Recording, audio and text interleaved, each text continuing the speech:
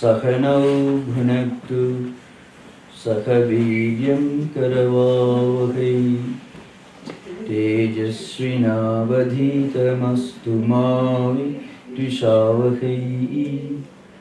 Om Shanti Shanti Shanti Harihi Om. Stavakaya cha dharmasya sarvadharmaswarupini avatara varisthaya Ramakrishnaya te namaha. Sudhismriti purananam alayam karunalayam namami bhagavat padam Shankaram Lokashankaram.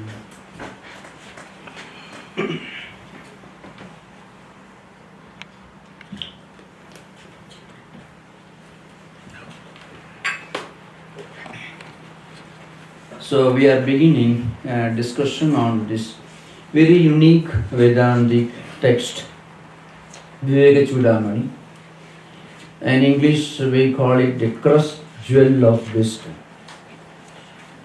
A few things about this Vedantic text.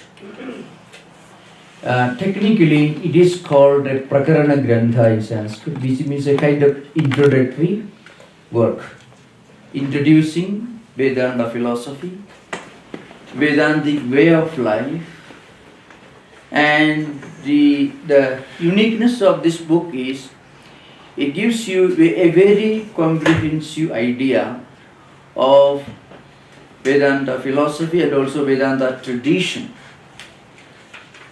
Many practical aspects of our spiritual life are discussed. For example, how to approach a text and how to learn a text from a teacher, and what are the primary qualifications for an ideal student, an ideal teacher, and how to prepare our mind to approach this unique text,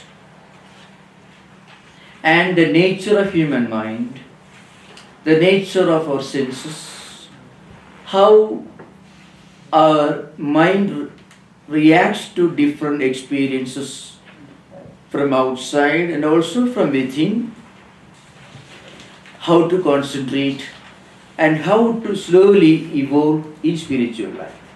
So philosophy as well as practical application of that philosophy in our life are given equal importance in this text. So I shall just begin today and eventually we will understand the uniqueness of the text. There are altogether 584 verses in this text, and in some versions of Viveka-chudamani you find 585 verses. Some minor differences, which is called different versions. The book deals with a very interesting subject. How lucky we all of us are, because we are born as human beings. That is the uniqueness of the book. How wonderful it is to be born a human being. Now in Hindu tradition, to be born as an angel is a burden, and to be born as an animal also, of course, obviously not a very pleasant experience. To be liberated from the cycle of life, to realize our Atman, our true nature, we have to be born as a human being. If we are born as an angel, it's called Devas and Devatas in Hindu tradition. So I'm using the equivalent in other traditions. It's called Devas and Devatas. They are all celestial beings living in the high heavens. They don't have a very high spiritual stature, but they are good people, good beings. Normally they help human beings, but one problem is, even for them to realize their true nature, they have to be born as human beings. If they live in heavens, they cannot attain their true nature. They cannot realize Atman. So in order to practice spirituality, in order to practice meditation, japa, contemplation, prayers, they have to be born as human beings. So the first topic discussed is the glory of human life, the glory of human birth. Before Shankaracharya, the author, takes up that subject, he invokes the blessings of his own teacher. Shankaracharya's teacher was Govinda Bhagavad Pada. Teacher means he lived with Govinda Bhagavad Pada only for maybe 1 year or 2 years. He was a small little boy of 7 years old, less than 7 years, when he started his journey in search of his Guru.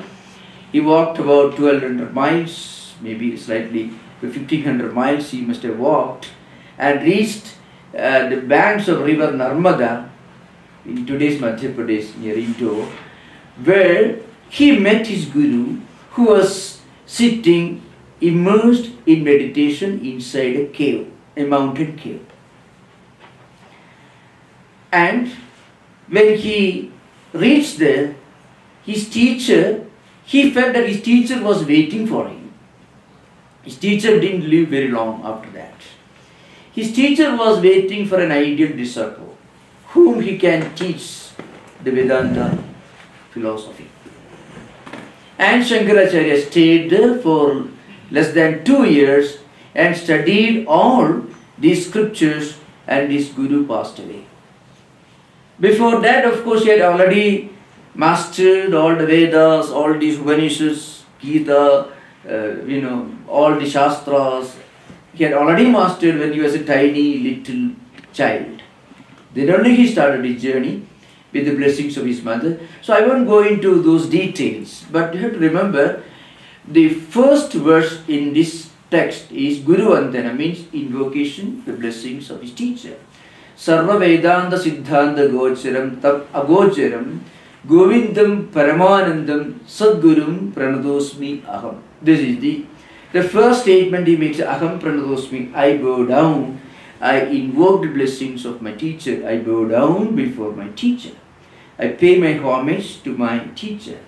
And the teacher's name is Govinda, Govinda Bhagavad Pada. That was the teacher's name. He was sitting immersed in meditation inside a mountain cave. And there is an interesting story behind how Shankaracharya, looking for his teacher, happened to appear before his Guru. The story is something like this. He had already walked 1500 miles from his home in the southwestern tip of India called Kerala. And then when he reached the river Narmada was in floods, and his teacher was living, meditating. He was actually sitting immersed in meditation inside a tiny cave, mountain cave, on the banks of this river Narmada. It's a very broad river, very almost in those places it is as broad as Ganga, even broader in some places. So the river was in floods, and people were running away, they were looking for shelter. Many saints and sages meditating on the banks of river Narmada were looking for a place for shelter. Even now, if you ever happen to visit India, if you go to a place called Amarkantak, it is in Madhya Pradesh, near Indore, you find river Narmada. So it is very often saints and sages and also householder devotees, they consider it is a great blessing to go around these banks of river Narmada. They go around, they walk maybe for several hundreds of miles. They walk, it is called Narmada Parikrama, means going around the river Narmada. It's all forest regions. It is considered to be a holy pilgrimage. Even now it continues. Even now if you go there, you find people householders, monks, sages, ascetics walking along the banks of river Narmada, which they consider to be the most sacred pilgrimage you can undertake after the pilgrimage to Badrinath, Kedarnath, the Himalayan pilgrim centers. It is called going around the river Narmada. It's called Narmada Parikramanam, it is called. So that's the glory, the holy tradition of this river. It was in floods. So the little boy Shankara reached there, and he was born with tremendous spiritual powers, divine powers. He had a kamandalu. Kamandalu is a small, tiny vessel ascetics normally use when they go on a pilgrimage. He had a tiny kamandalu.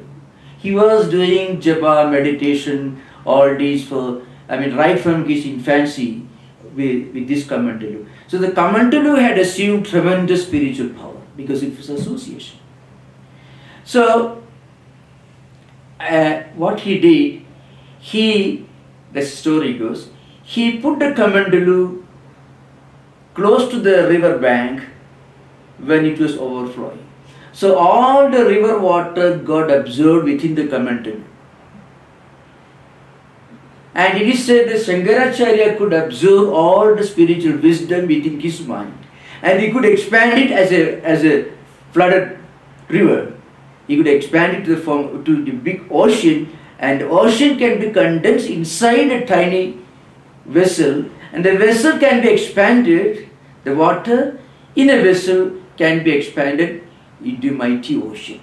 So the whole flooded waters were absorbed in his tiny kamandalu, the small little vessel he was holding in his hands. Then the sage suddenly opened his eyes.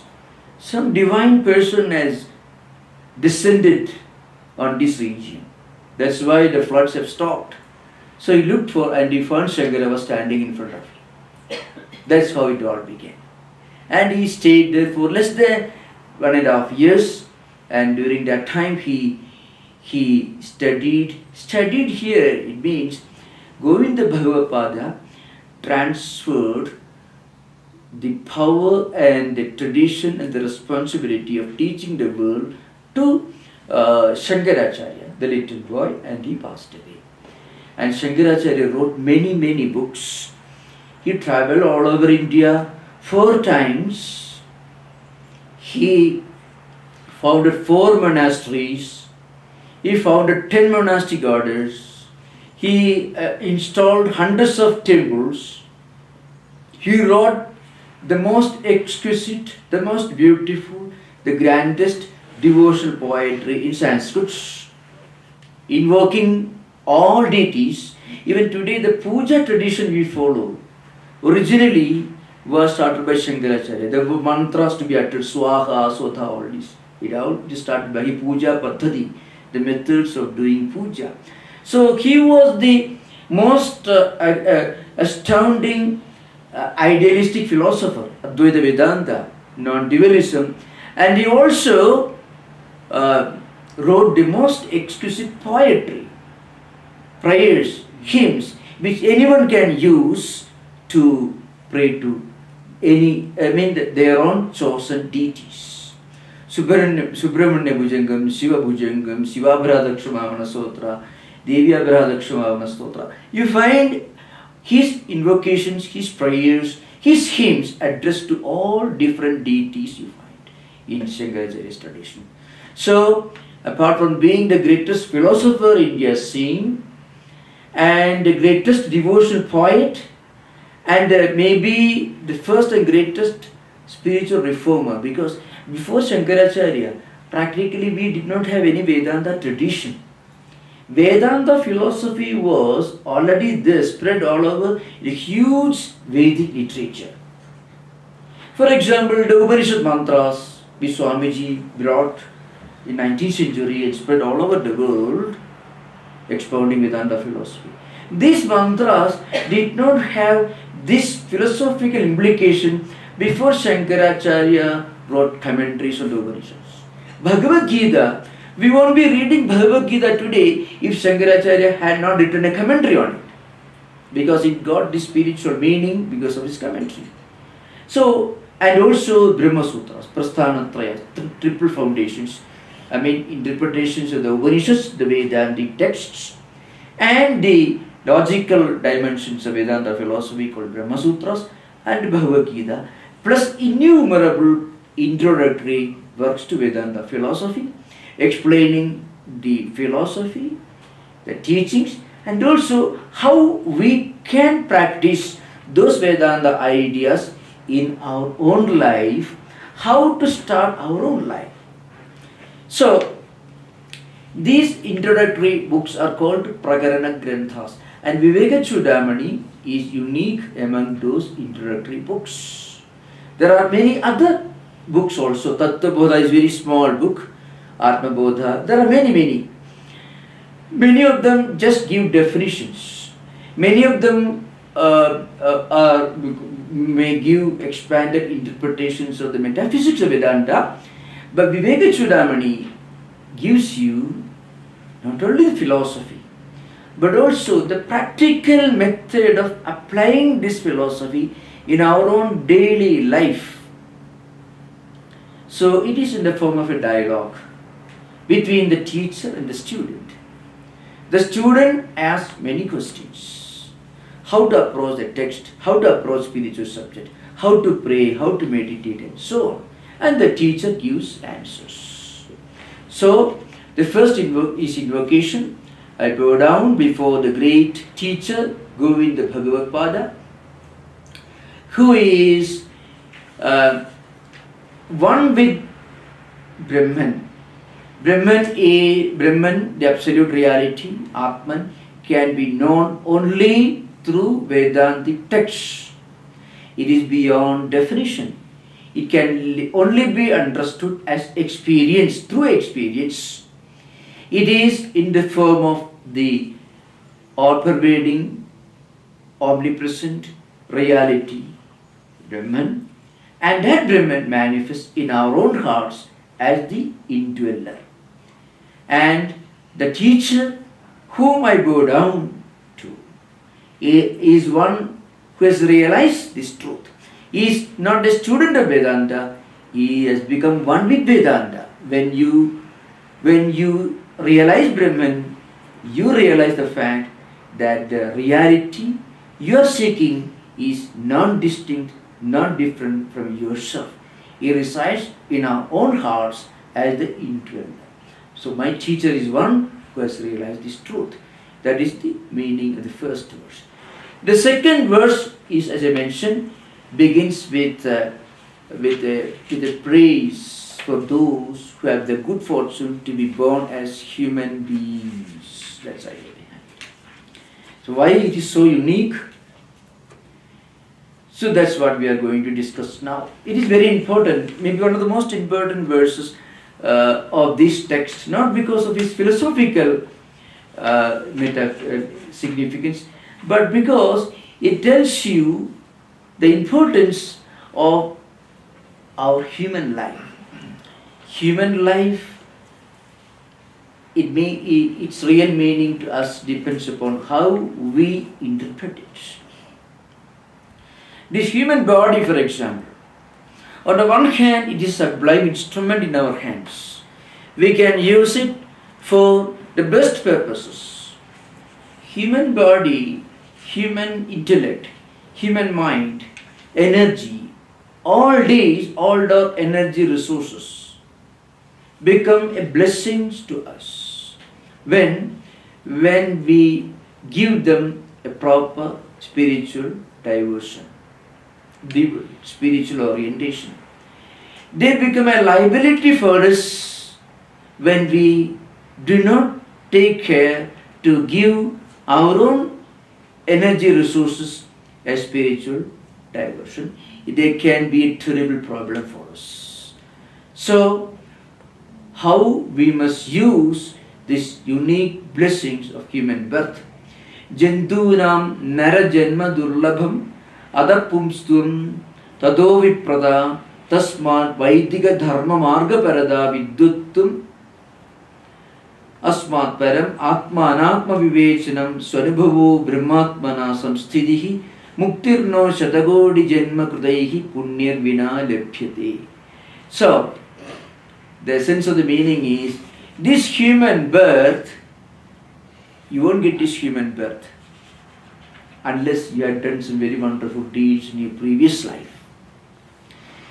Being born as a human being with a spiritual inclination, with a spiritual temperament, is a greater blessing.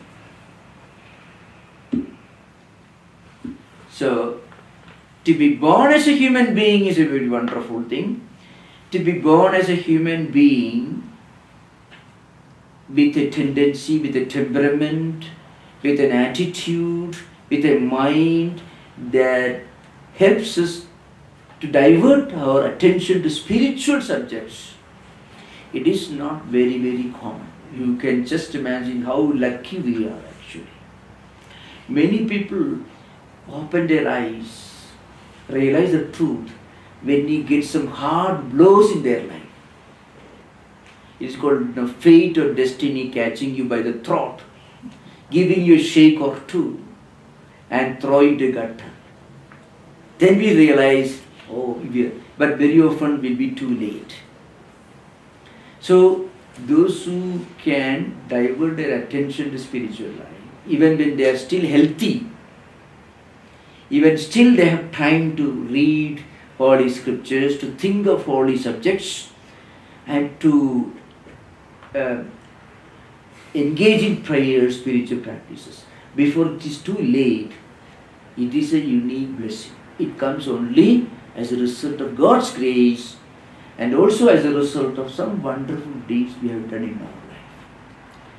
So that's why there are so many millions of species in the world.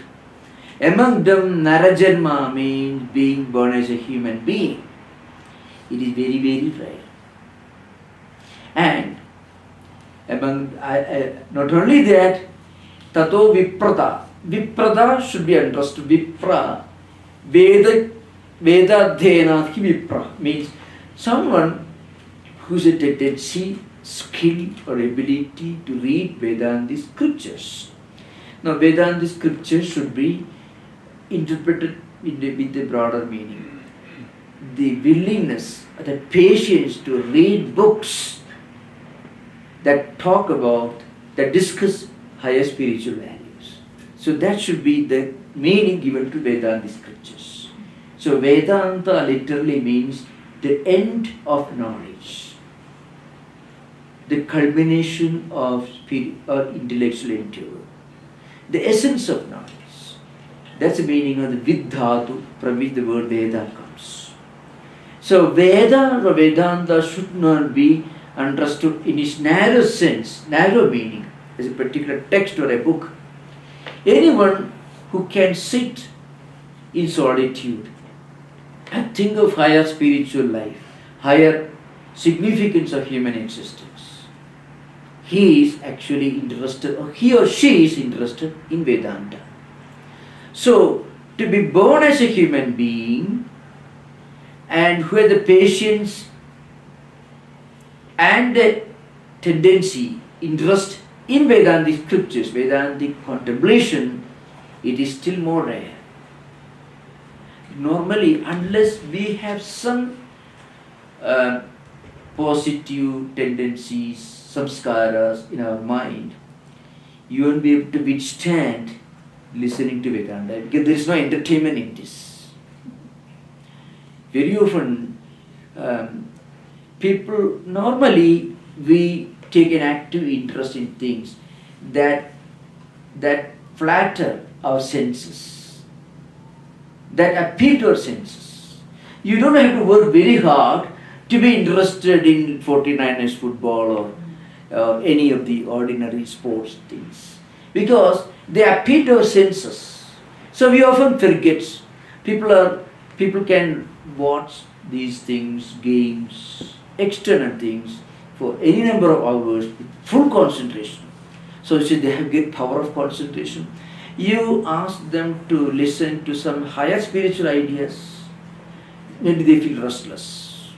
They want to jump, they want to be elsewhere. Then, how to be interested in Vedanta unless we have inherited from previous life some good spiritual samskaras? We won't be able to withstand this experience of listening to higher spiritual ideas. That is a psychological fact. So, to feel at home when Vedanta is discussed. In fact, people may like if you little masala if you add some, like it's tea, this masala tea. To be able to drink black tea without sugar and milk is not easy. But the same tea with masala, sugar, little honey is wonderful. There you are not drinking tea, you are drinking payas actually. So really speaking, to listen to pure Vedanta, it takes a lot of effort. And effort not in this life. Even if you have done that effort in previous life, whatever we do, whatever good actions, spiritual practices we do, they become subtle samskaras and they remain in our mental system. They are not lost. If we pray once upon a time, that prayer, sincere reading of scriptures, sincere discussion of spiritual topics, it will create a samskara, a residual element, a vritti is called, and remain in our mind. And it will manifest maybe after thousands of years, after several cycles of life. When you suddenly get connected to some Vedantic ideal, these accumulated samskaras will come to the surface and they connect. So, they help us to continue interest in spiritual subjects. So that's why Shankaracharya says, to be born as human beings, and to be born as human beings with an interest in spiritual life, spiritual values, it is very, very rare. And then, after being born as human beings with a lot of interest in spiritual life, then getting an opportunity and making use of that opportunity to study Vedantic ideas, that is still more rare. And then some people, of course, they have born with interests, they study for some time and they have deeply interested. That is actually a great thing, because that will take them forward, if not in this life, in next life. That's why you are never late, and whatever we do is never lost. Now, the author says, not only that, the ability to contemplate, what's called manana, to contemplate, to think seriously of the meaning of Vedanta scriptures, so that these ideas become part of our nature, part of our thinking pattern, that is still more rare. And then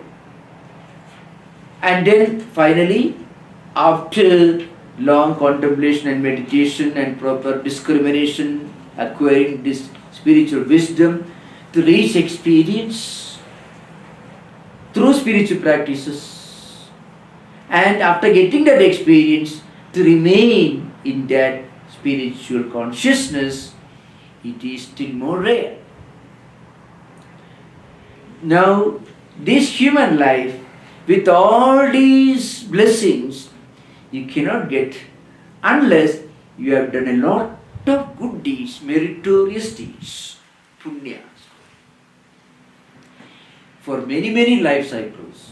As a result, as a reward for all these, we are born as human beings with a strong inherent interest in spiritual life. That's even our professional life. Maybe working as a CEO in a company, doing business, maybe doing things which are obviously not visibly linked to spiritual topic. Still, an interest in spiritual life and an ability to spend some time thinking, contemplation on these spiritual ideas. it gives us great sense of consolation, peace and happiness. Because suddenly we realize that we have something higher than these empirical worldly achievements to look for. So Shankaracharya says, without a good store of meritorious deeds in the past, because this spiritual bank, we cannot be born as human beings with all these qualifications. That's what Bhashyadara says. If you have got anything to ask, we can ask now or later. Of course, we have an hour interaction. I want to discuss some of these topics with verses, and you can always ask questions. Now, the next verse is even more important. It is also one of the most famous verses of this text. Here, Shankaracharya says, the author says, there are three important elements, three important blessings which are possible only by the grace of God, which are three gifts from God. And they are related to the previous verse, of course. Durlabham trayamevaidat daivanugrahakedugam manishuttam mumukshuttam mahapurusha samsaya. Durlabham trayamevaidat. These three aspects, three blessings. What are they? To be born as a human being, and again, along with that, with a desire to look for liberation. Liberation, what is liberation?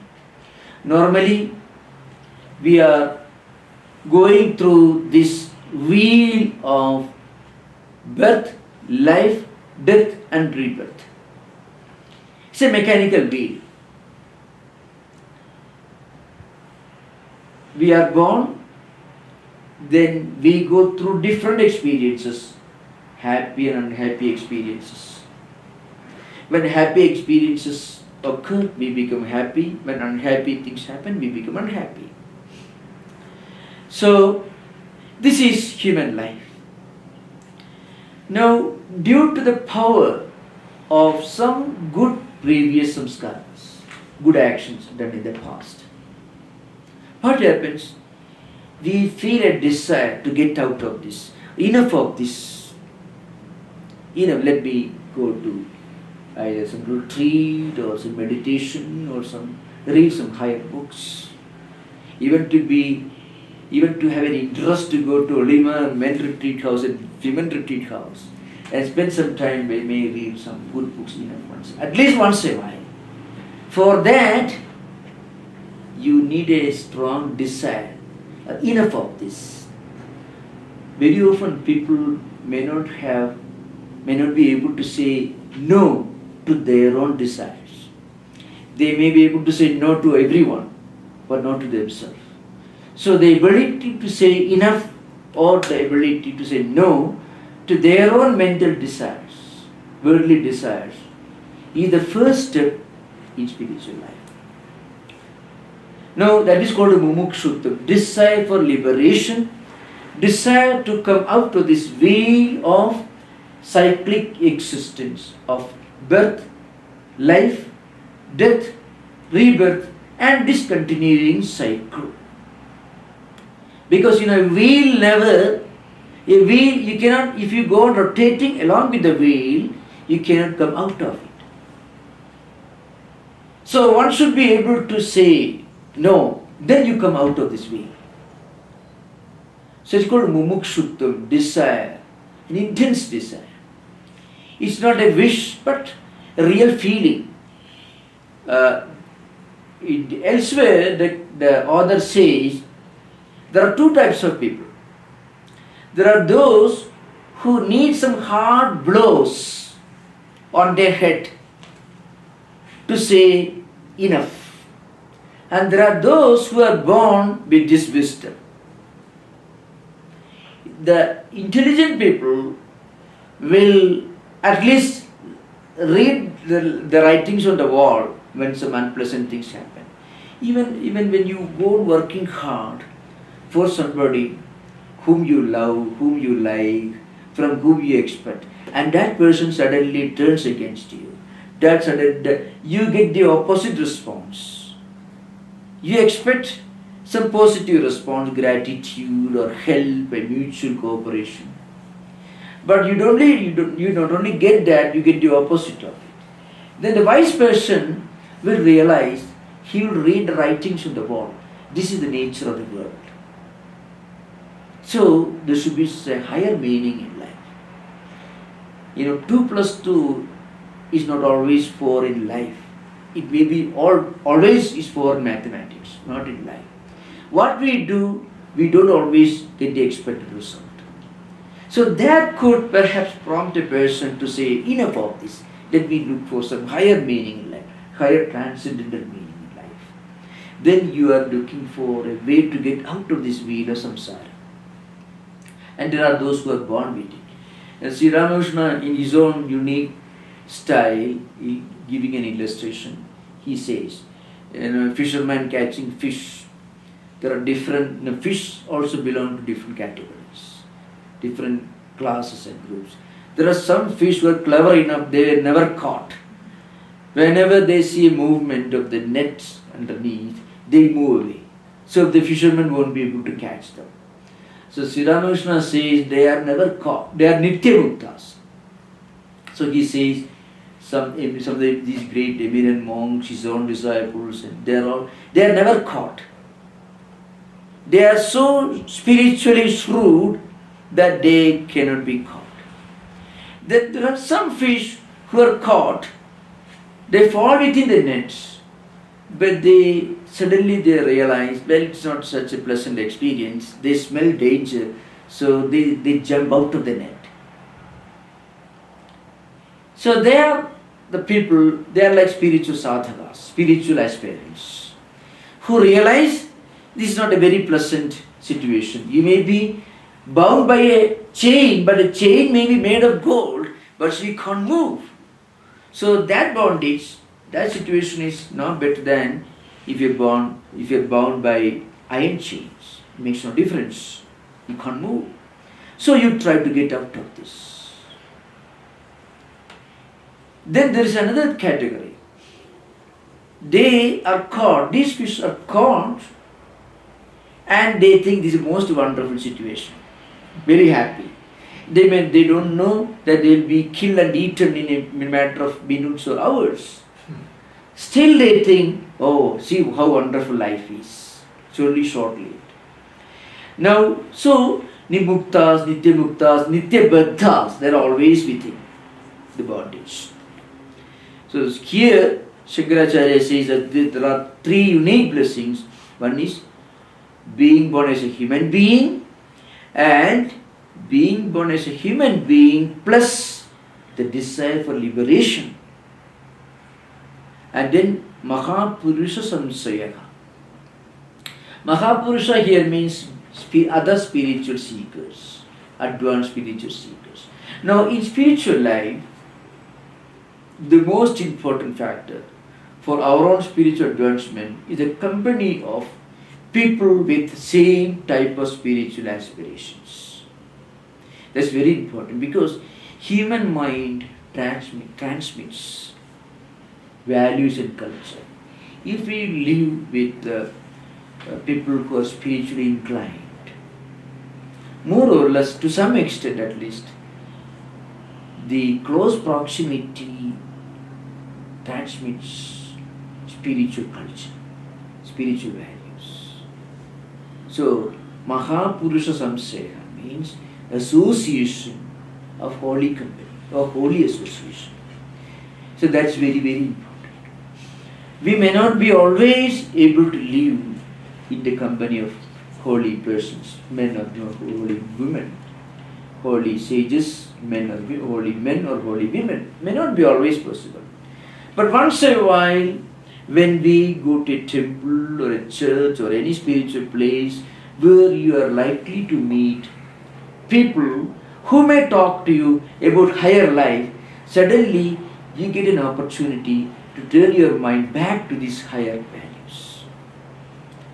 Because association with higher people, higher in the sense holy, spiritually inclined people, will prompt you to turn your own attention. Oh, there are these higher things in life.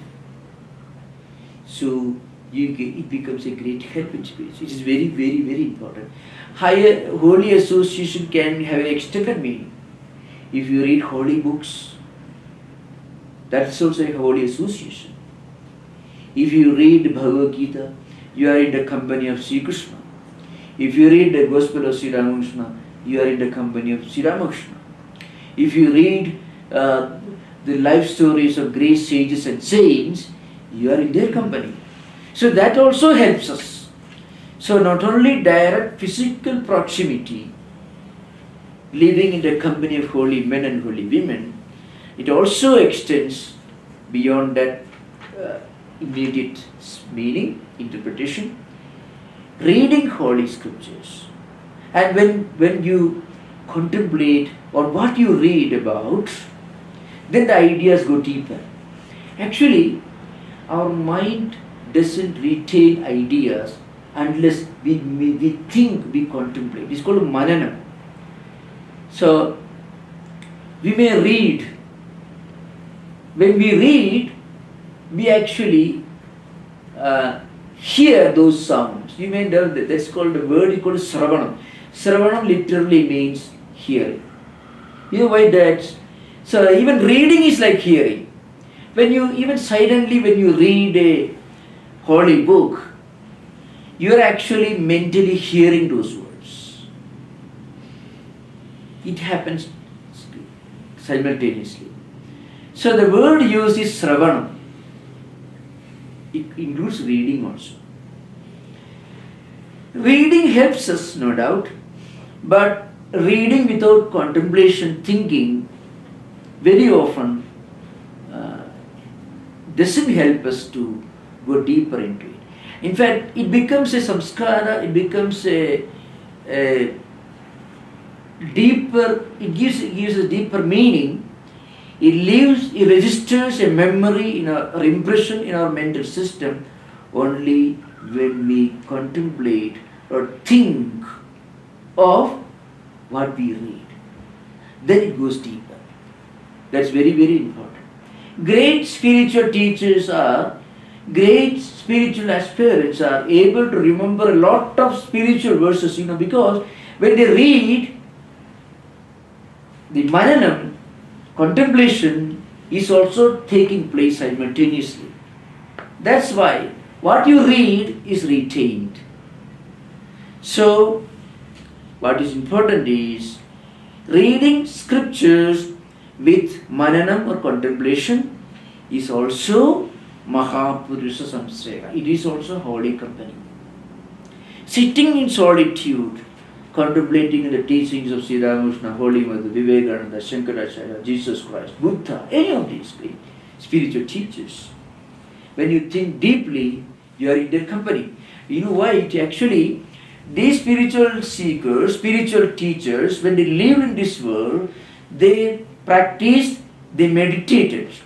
When they meditate, this meditation generates vibrations. Those vibrations are not lost. Physically, they have vanished. They died away long back. But the spiritual vibrations they generated by their work and meditation, they are still all over the place. When our mind is tuned to them, those vibrations connect and we are able to connect with those vibrations. It's just a radio waves themselves. That's what happens.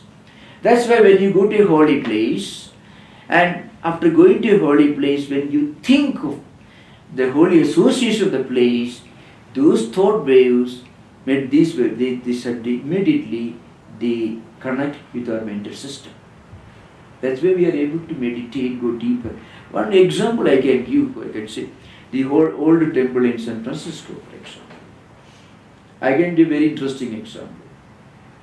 It is something anyone can experience if you want.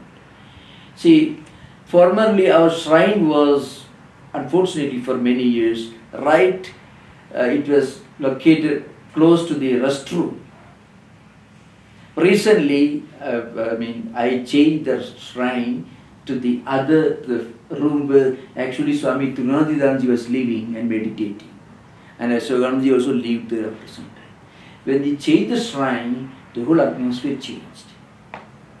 Because those, actually, during the construction time, the whole building, actually the room was completely transformed. Everything, all these wooden things were all removed actually. We rebuilt the whole thing. None of those old furnitures or materials remain. They are all replaced. The vibrations are there. We go to Old Temple Hall where Swami Tattwamayananda used to preach, meditate, do puja. In the hall, big hall, you find vibrations. The building is new now, right now. Rebuilt exactly as it was. But all the materials, building materials are new. The vibrations remain the same. If we go to Jerusalem, if we go to Kashi, the most ancient city of India, at least 7,000 years old or 8,000 years old city, you can see the vibration. If we go to the Himalayas, Badrinath, Kedarnath, associated with sages and saints for thousands of years, you can see that atmosphere. If you go to Bodh Gaya, the place where Buddha sat for meditation, if you need not be a Buddhist, if you are a spiritual seeker, you can see the strong living vibrations of Buddha. So what does it mean?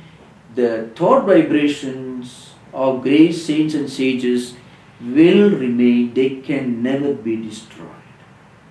When you are a spiritual seeker, what you are happening, you are switching on radio and the waves fall in and you connect with that. That's all. So, Mahapurusha Samsaya. But Mahapurusha Samsaya never happens unless you are Mumukshutva. Mumukshutva means intense desire for liberation. Intense desire for spiritual realization. An intense desire to have a peep into our own transcendental nature. Once this is there, then you look for places, events, books, ideas, and also spiritual teachers, and then you will be looking for them. And when you look for them, these ideas suddenly come back to you. This is the uniqueness of spiritual tradition. Mahapurusha Samsaya. That's why it is said, Ishvara Anugraha Deva Bhumsam Advaita Vasana Mahabhaya Krutatrana Dutrana Midi Jayate. See, to have an interest in Advaita, non-dualistic philosophy, it's not easy. It is only a rare blessings of God.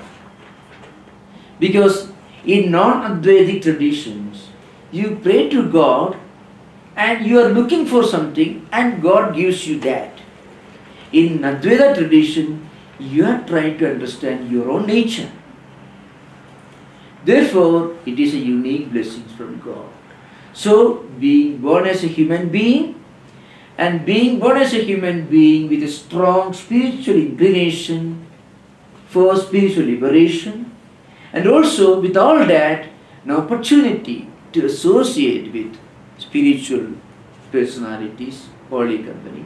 All these three together come only as a result of special blessings of God. That is the implication.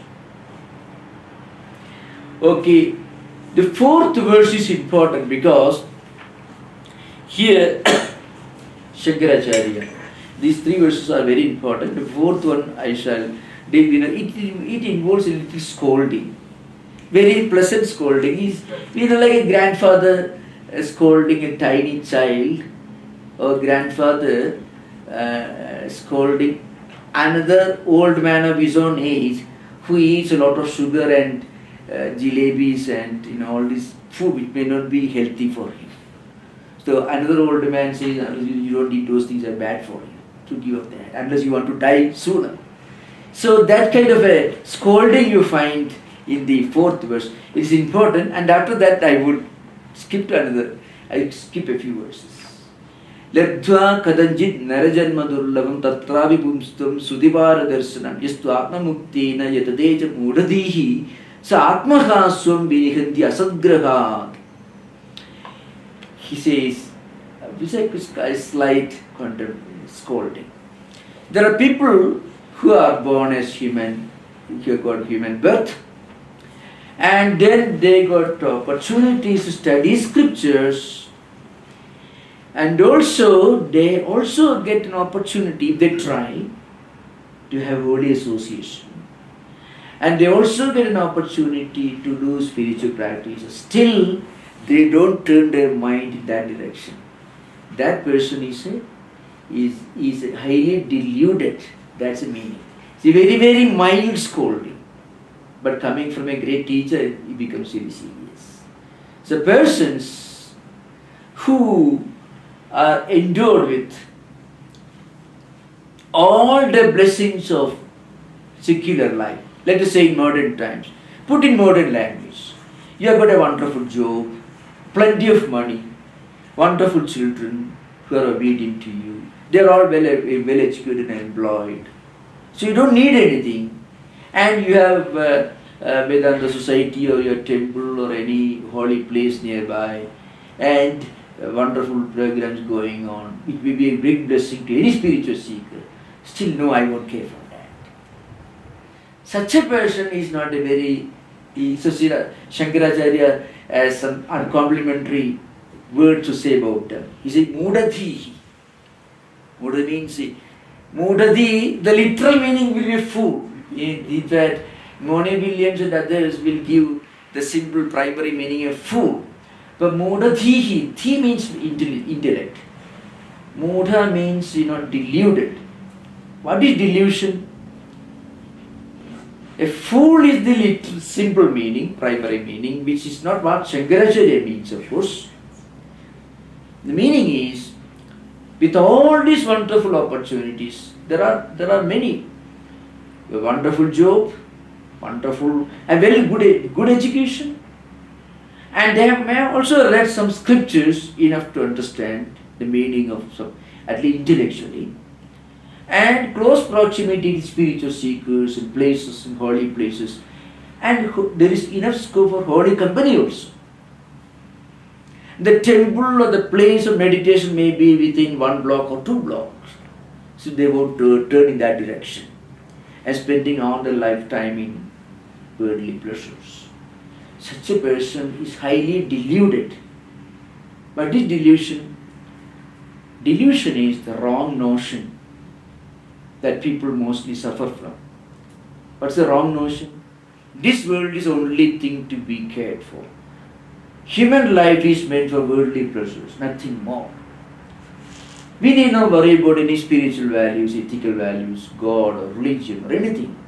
Human life is meant for enjoyment. This attitude is delusion. And such people, we explained earlier, are deluded by these wrong notions. That's the meaning. So now, we will just okay, now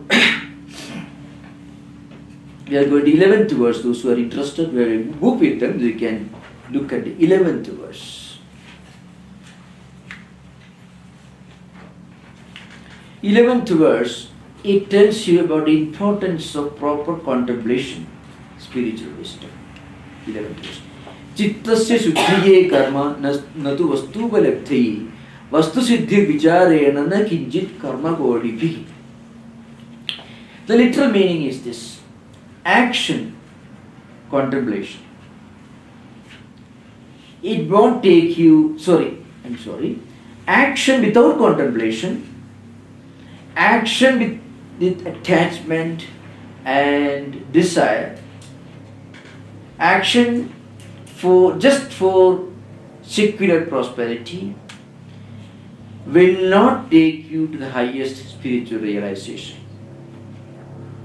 The highest spiritual realization is possible only by inner realization of the ultimate truth.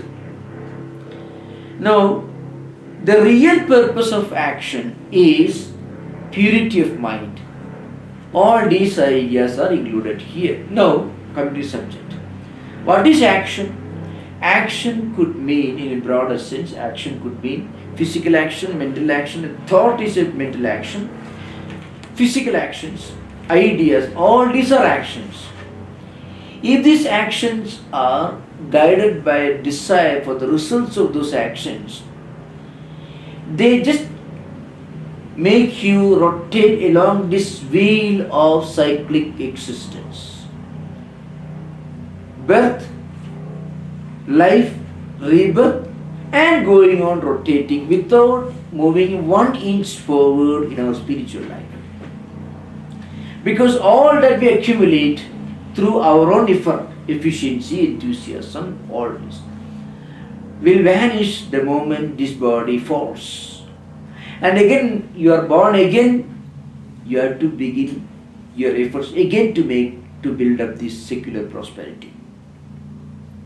So, action by itself doesn't take you anywhere in spiritual life. Action without desire has a purpose, a constructive purpose. It helps us to attain purity of mind. How this happens is, I shall try to explain. Normally, as I mentioned, every action done with a desire will produce its residual effect in our mind, and it will increase the desire. Like fire will burn much more if you pour oil or ghee or butter into it. It will not. You cannot put out fire by pouring oil in it. So you cannot put out a desire by doing more and more things for fulfilling those desires. It will go on expanding. There is no end. The wheel goes on rotating. Now, the same actions done without any desire, as an offering to God or for the good of others, it helps us to advance in spiritual life, because actions done without desire doesn't produce any residual effect. Not only that, our natural tendencies, desires, all these will be emptied, will be removed by actions done without any desire. So persons who go on doing some noble deed without any desire, slowly he will reach a point where he will not have any more desire. So his mind becomes pure. At that stage, he will be looking for spiritual liberation. Now, what's the meaning of life? Because he is not interested in anything. He has transcended that stage. So you find this happening in the life of many devotees. I have found this happening. People who have succeeded a lot, have done a lot of unselfish actions, they naturally develop a strong desire for higher values. No more into this is all fine. No, I look for something higher. This actually happens in spiritual life. When you read in Shankaracharya's verses written, say, 1200 years back, you may think it's just an idea. But you can see this literally happening in the lives of spiritual seekers. Those who have worked very hard to build up their secular life, family, professions. And also, I have done a lot of work for spiritual purposes, Vedanta societies or any, without any selfish desire. Slowly they reach a point where they have no more desire. They only want to know some higher spiritual values. They want to know the meaning of human life and existence. This is actually a graduation from one stage to another stage. So at this stage, well, what's the meaning of life? Now it's all enough. Let me think of something higher. It is called mumukshutvam. It is called a desire for liberation. That's what it is. So you find this, those who have done a lot of unselfish deeds for others, for noble causes, without any selfish motive, they reach a point of mental purity. There are no more selfish desires left in the mental system, and they think, well, no, what's meaning of life? Because there is nothing else to be bothered about. They want to think of higher things. So Shankaracharya says, Chittasya Shuddhaye karma nadu astu balabdhaye. So mind becomes pure. When mind becomes pure, what happens? Tattva bodha. There is a desire for liberation and desire to study Vedanta philosophy, desire to understand Vedanta philosophy, and desire to contemplate on the meaning of Vedanta philosophy. This naturally happens. Gradual evolution of spiritual life happens. So we'll continue this discussion in the next session tomorrow. Now we can have interaction for half an hour, I think. Okay. We can have interaction. We have just 30 minutes actually. Swami, when you said action without desire, right? So desire can be of two kinds for behind any action. One is to achieve a goal. Other is to get benefit from that achievement, the self benefit.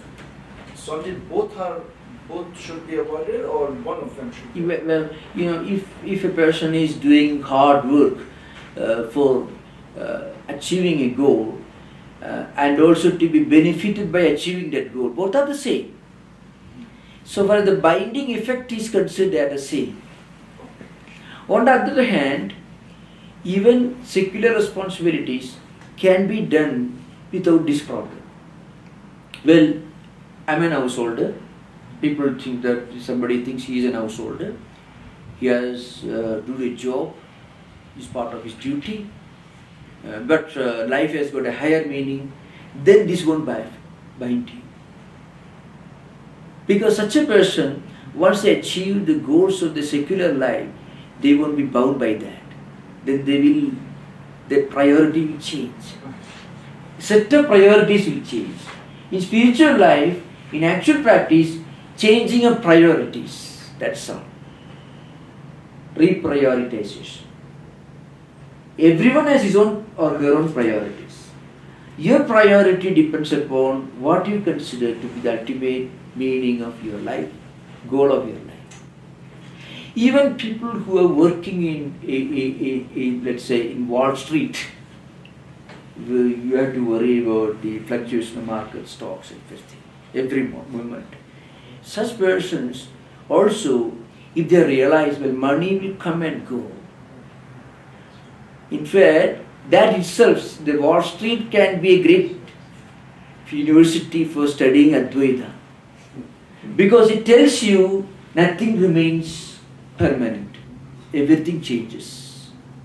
This world itself can become a great teacher if we have the right perspective to look at the world and interpret the world.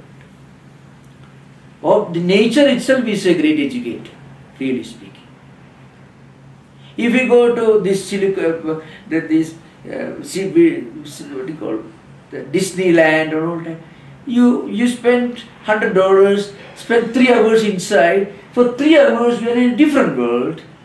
You come out, or it's a different make-believe world only when you come out of it. So like that, the human life extending for 100 years can be a kind of extended Disneyland experience, really speaking. Now, it doesn't mean that you become blind to your duties and responsibilities, but this perspective can give a new set of priorities. That's what it implies, really speaking. So that's why in the traditional Vedantic teaching, they give examples only from traditional scriptures. That's a Vedantic teaching can never be in the form of an entertainment. Because if you make an entertainment funny and full of jokes and humor, then you are actually taking you back to the world you want to leave behind. Disneyland can be an example. Even it can be a great educator. Look here. In whole human life is maybe live for 100 years. It is an extended period of 3 hours. 3 hours in Disneyland, 100 years in this world. Same. Both are equally impermanent. Changing. Anything that changes is impermanent.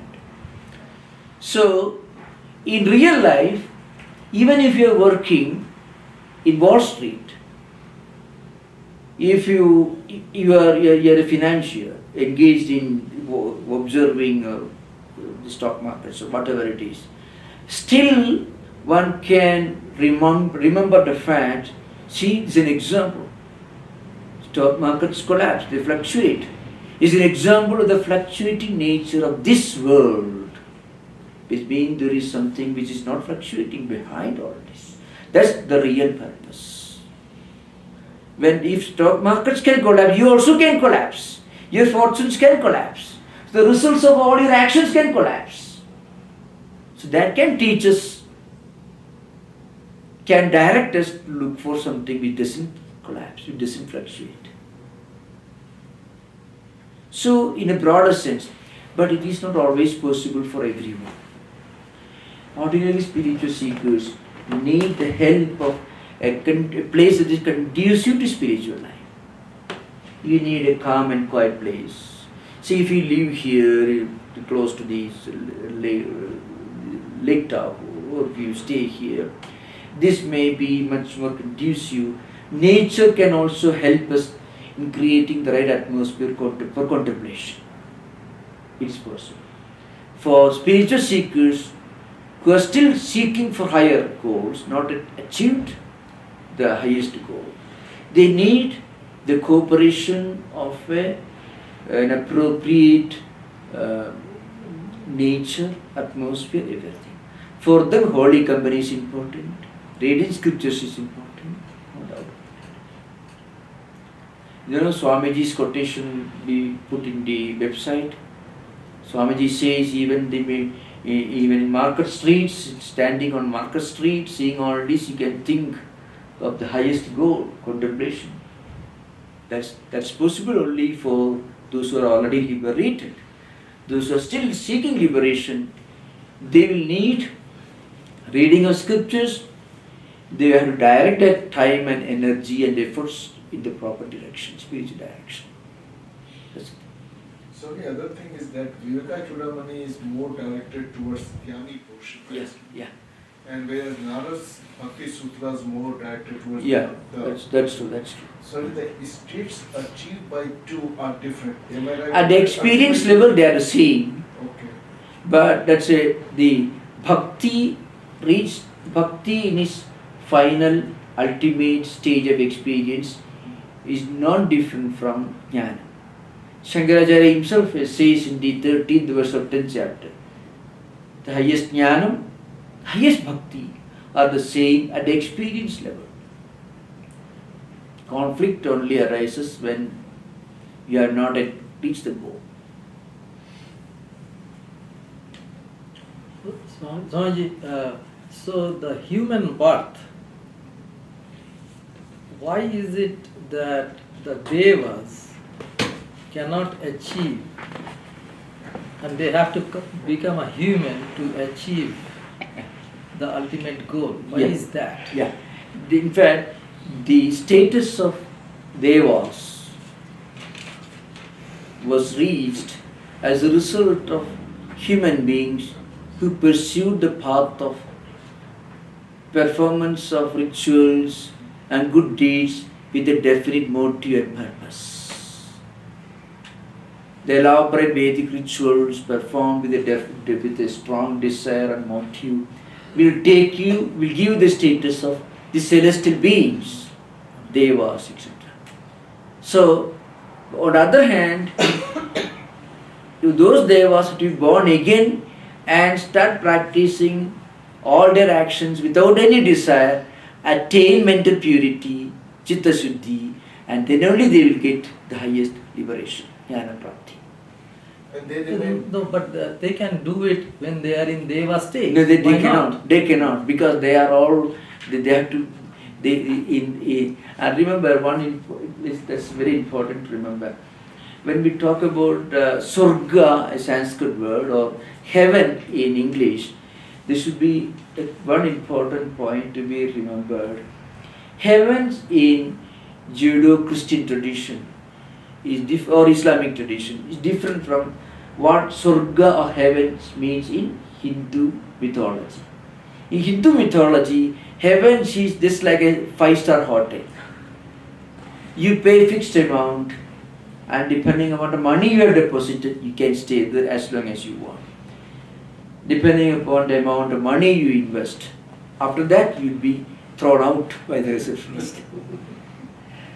That's one thing. So it's a very, very secular, material, worldly achievement.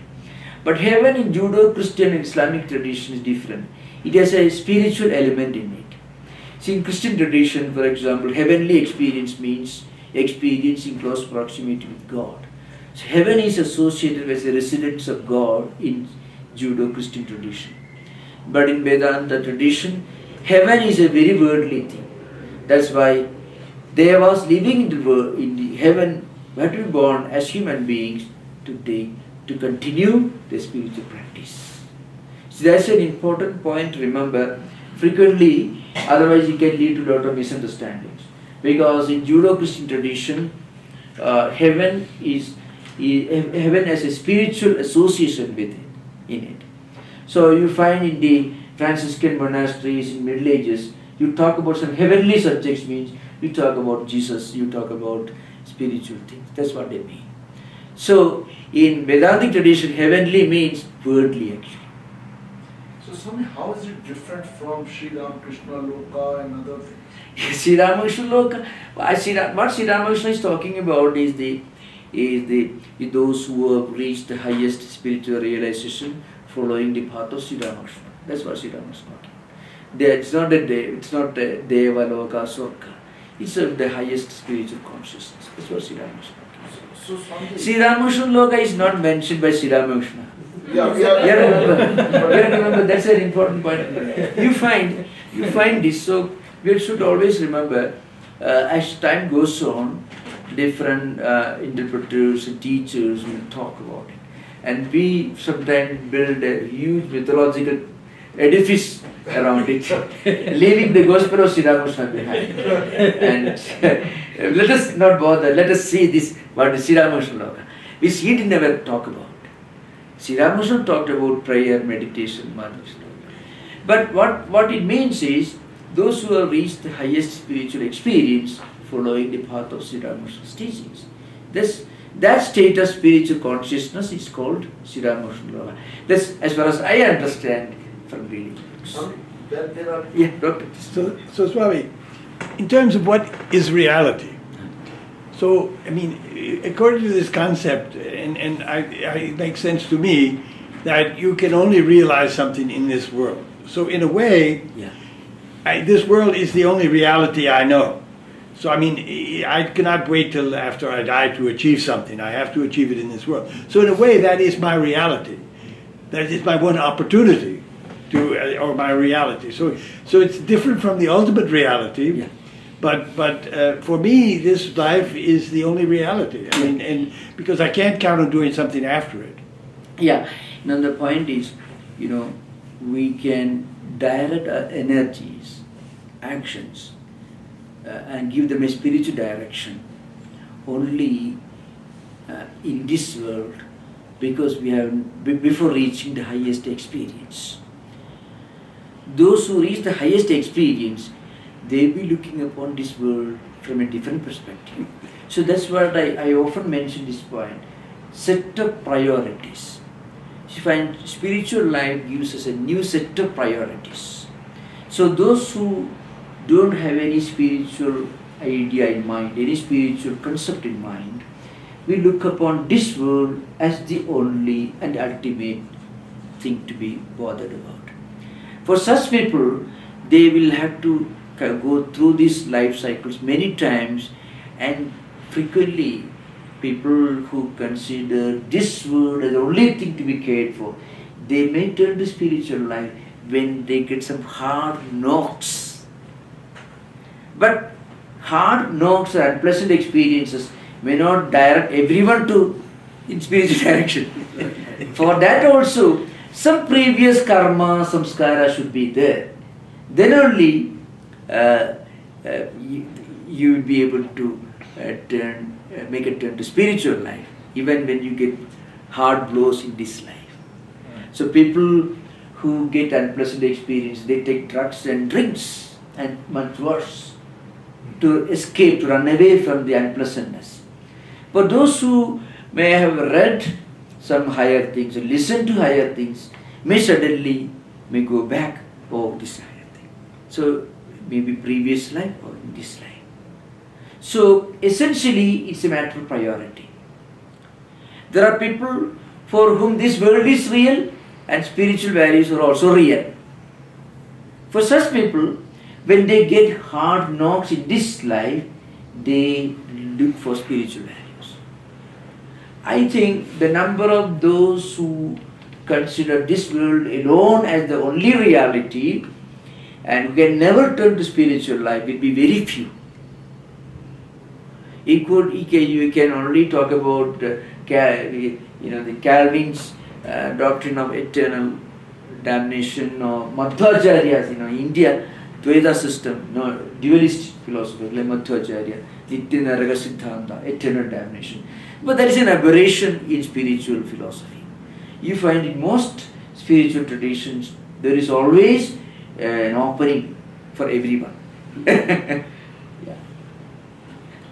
What is that Nitya Naraka? That is Madhvacharya, Advaita, who opposed Advaita.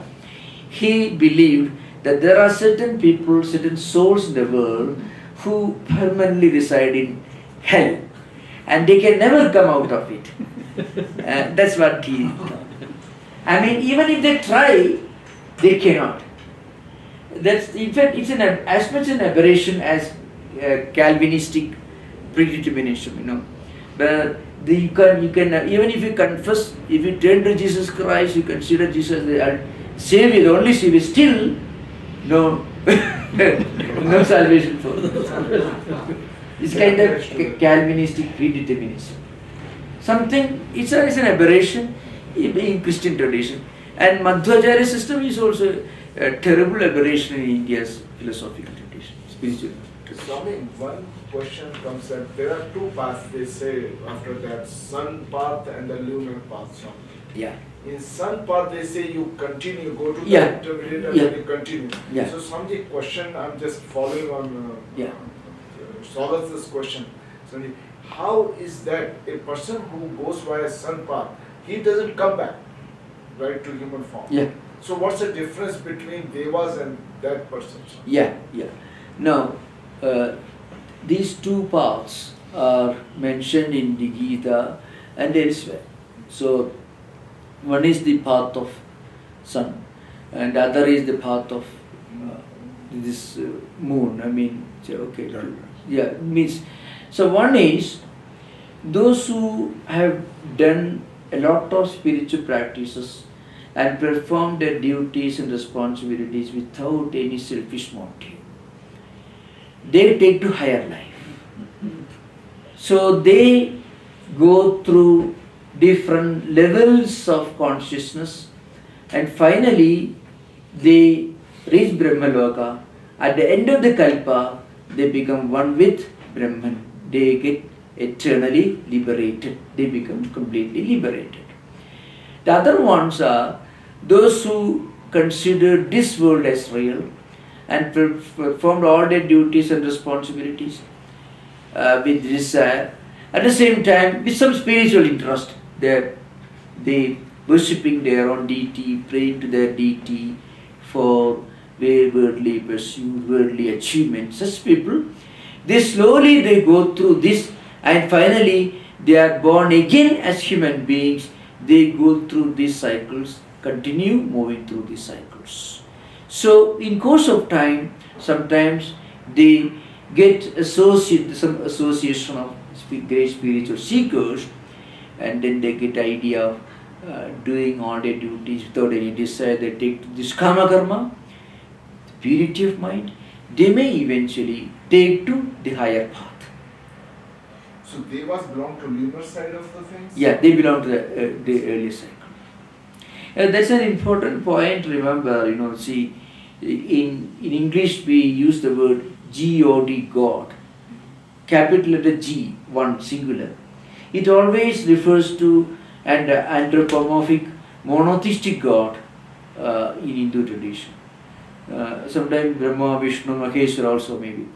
When small letter G with plural is gods and goddesses, it refers to celestial beings very similar or corresponding to the angels whom you read about in the Judo-Christian traditions. Of course, angels are not supposed to be, they are not born again for liberation. They are always living in the close company of God in Christian tradition. They are agents of God. They are sent here to help you.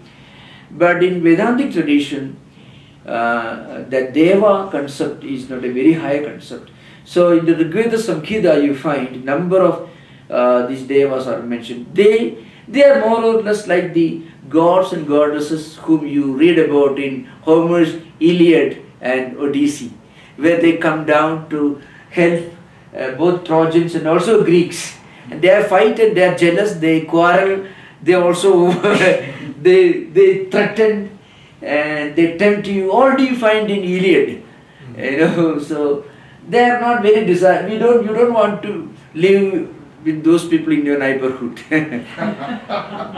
That's it. That's the status of many of the devas are jealous also.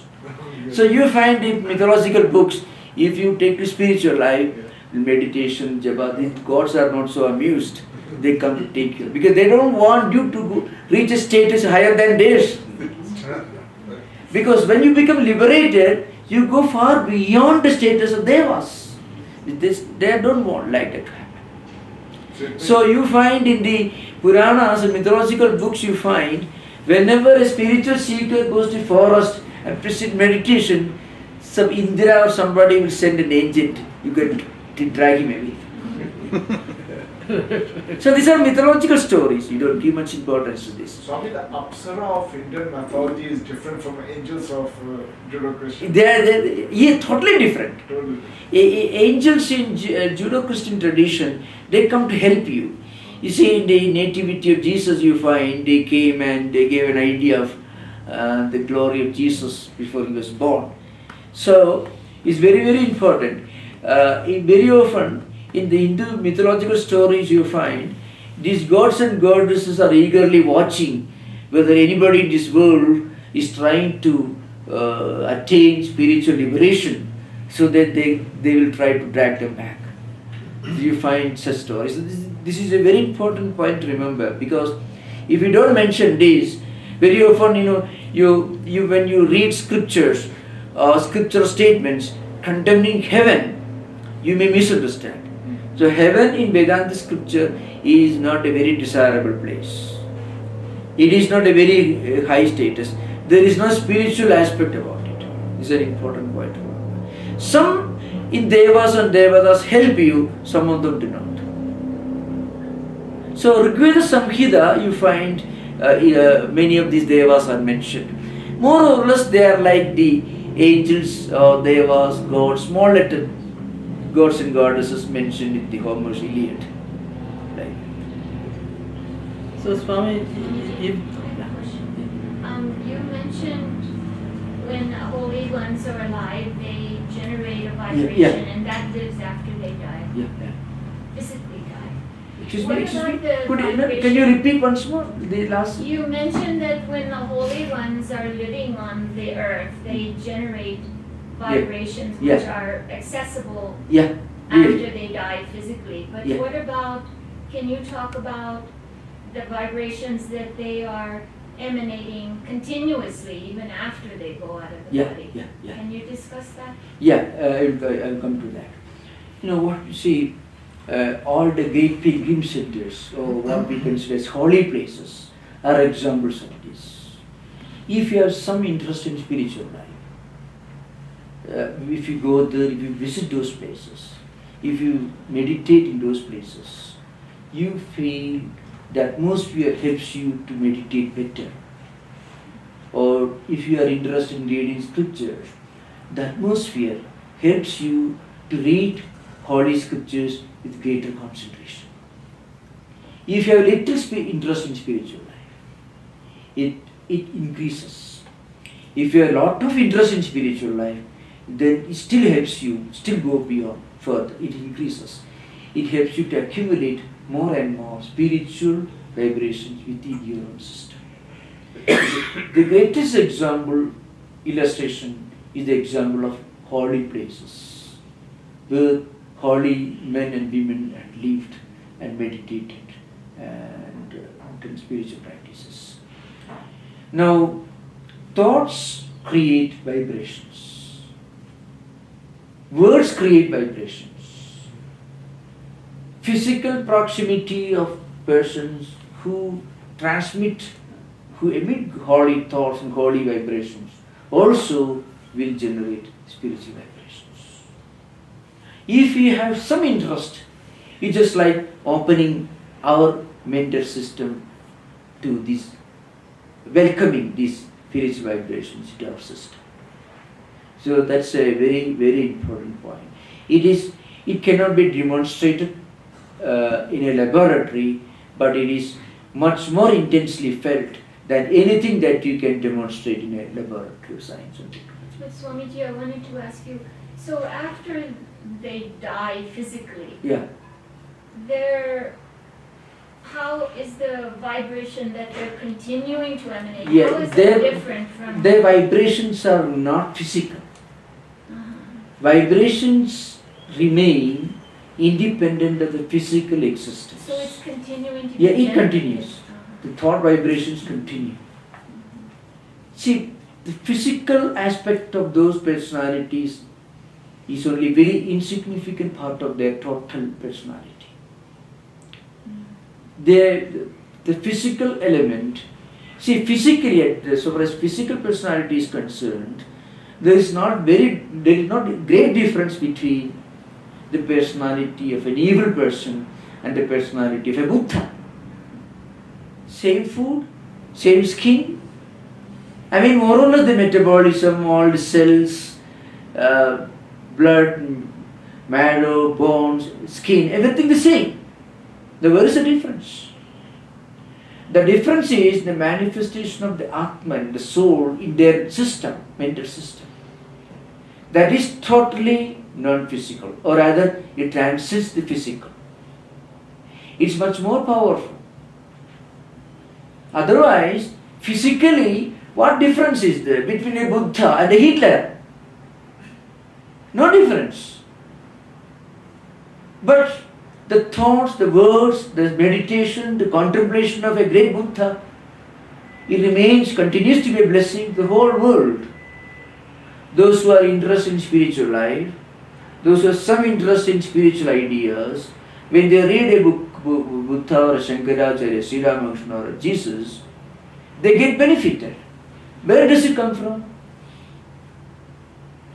It comes from another source. It's spread all over the world.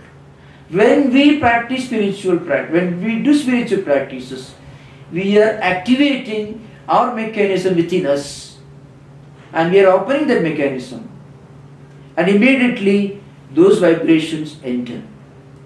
That's why you are able to meditate much better in a place where the spiritual vibrations are very strong, because these vibrations help you in removing the obstacles that could emerge when you try to meditate.